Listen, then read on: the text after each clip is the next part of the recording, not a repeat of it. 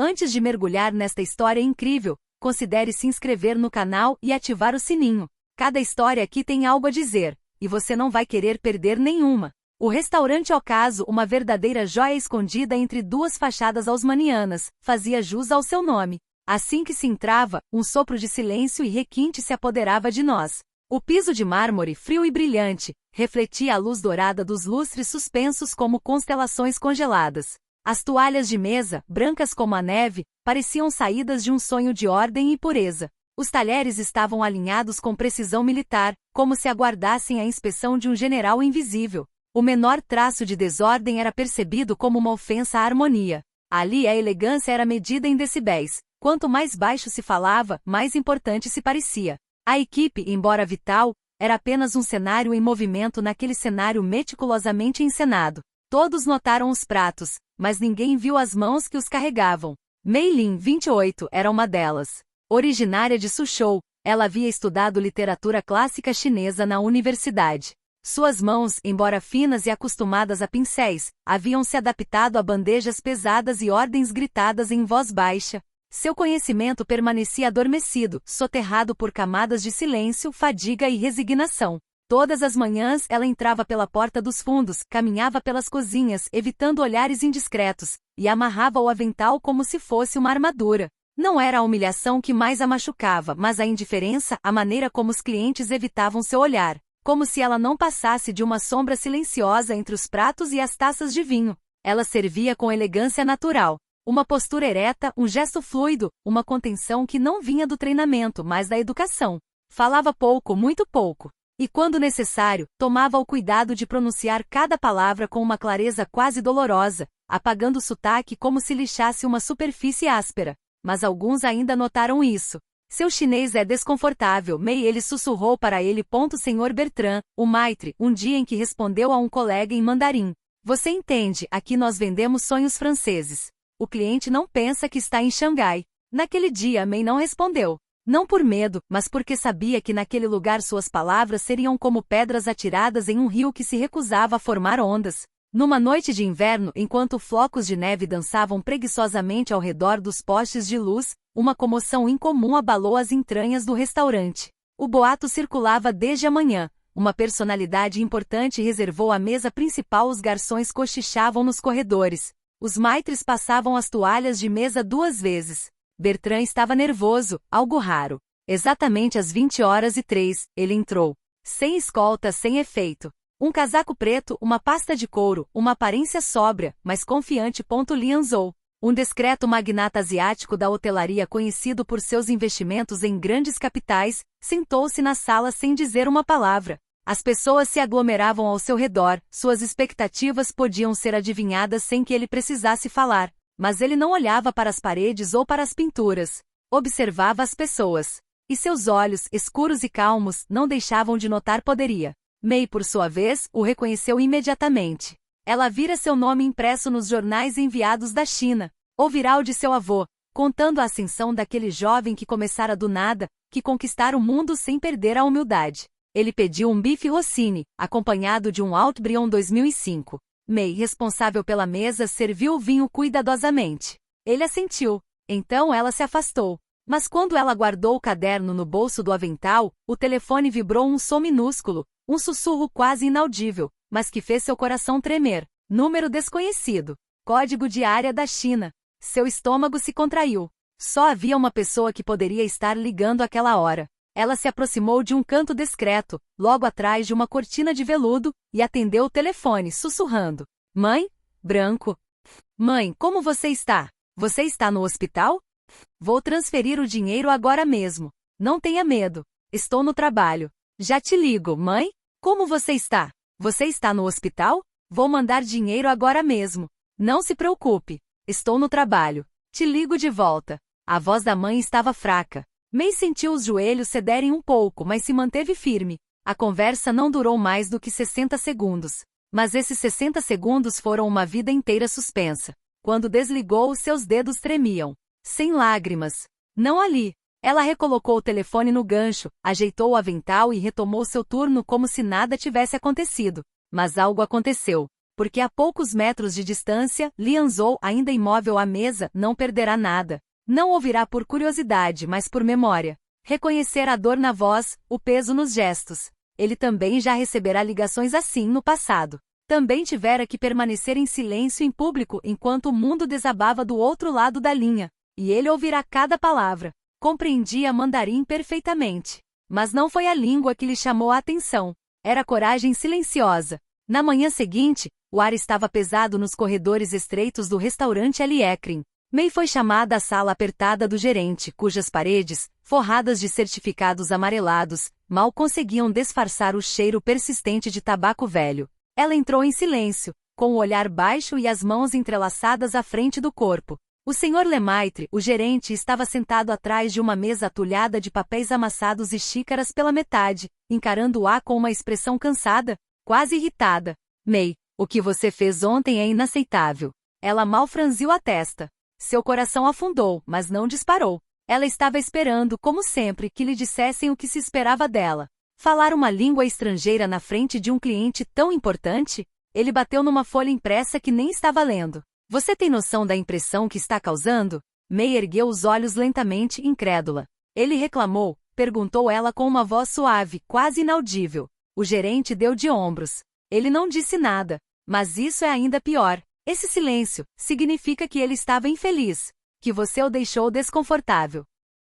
Ela sentiu o vazio sob os pés, aquela sensação de uma queda lenta, mas inevitável. Não ousou responder. Qual era o sentido? Temos que manter um padrão. Este restaurante é uma vitrine. E uma vitrine, Mei, não fala chinês na frente de um cliente desse porte. Sem mais palavras, ele gesticulou vagamente em direção à porta, como se estivesse varrendo uma migalha do balcão. Nenhuma carta.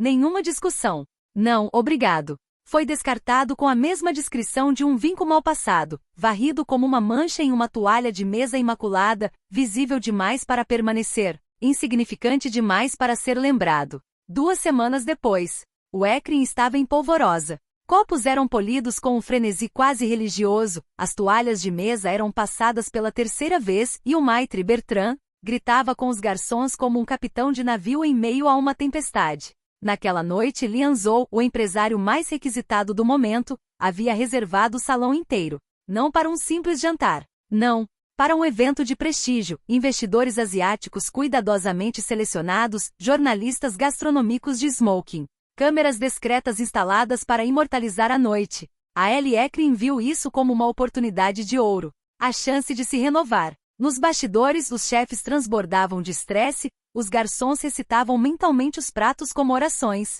Bertrand suava sob o colete, repetindo para quem quisesse ouvir que tudo tinha que ser perfeito. E foi. O jantar transcorreu sem problemas.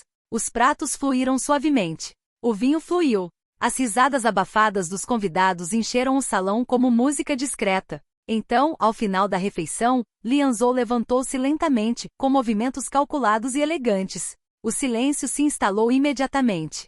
Ele se virou para a sala, examinou a plateia e gesticulou. A equipe de serviço, um pouco surpresa, aproximou-se em fileiras cerradas, com os corações batendo forte. Ele parou por um momento. Um silêncio tenso. Então, já estive aqui 2 vezes. Na primeira vi uma jovem servindo com rara graça. Ela tinha um sotaque suave, que alguns aqui acharam inapropriado. Ela recebeu uma ligação. Falou em chinês. Com sua mãe moribunda. Um sussurro baixo. Bertrand empalideceu. Ela achava que ninguém entendia. Ela não sabia que eu entendia cada palavra. Mas principalmente eu ouvi a comentário ela falou, com respeito, com uma ternura que me lembrava coisas esquecidas. Ele fez uma pausa e continuou com uma voz mais firme. No dia seguinte, ela foi mandada embora. Sem explicação. Sem piedade. Isso me disse mais sobre este lugar do que qualquer prato ou decoração. Um arrepio percorreu a sala. Alguns olharam para baixo. Este restaurante é só fachada. Lindo com certeza. Mas vazio. Não vou investir. Um baque surdo. Um suspiro. Bertrand gaguejou, tentou uma palavra, um gesto. Em vão. Mas Lian Zhou não havia terminado.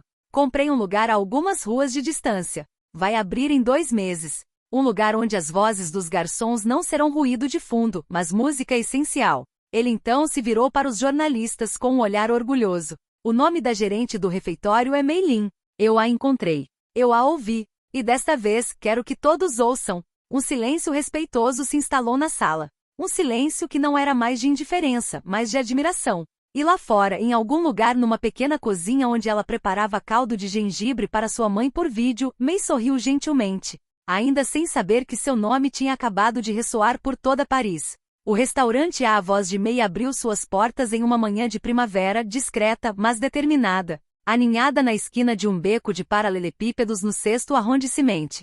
Nada chamativo, lanternas de papel cor de marfim flutuavam suavemente na entrada, e as letras caligrafadas do nome, Voz de Maio, parecia sussurrar em vez de gritar. A decoração interior era inspirada nas antigas casas de chá de Suzhou, madeira clara, pedra natural e bambu sussurrante perto de um pequeno lago onde algumas carpas vermelhas nadavam. O ar cheirava a jasmim, e a luz suave, filtrada por persianas de arroz trançado, acariciava rostos. Em cada mesa, em vez de um simples número, havia uma citação, em chinês e francês, escrita com tinta em papel de arroz. Fale. Seu silêncio não nos protege. Audre Lorde. Fale. O silêncio nunca nos protegeu. Foi May quem escolheu essa frase de abertura. Ela sabia do seu peso. Ainda carregava as cicatrizes. O cardápio, elaborado em estreita colaboração com o jovem chefe sino-francês Lucien Gall, oferecia uma ousada culinária de fusão.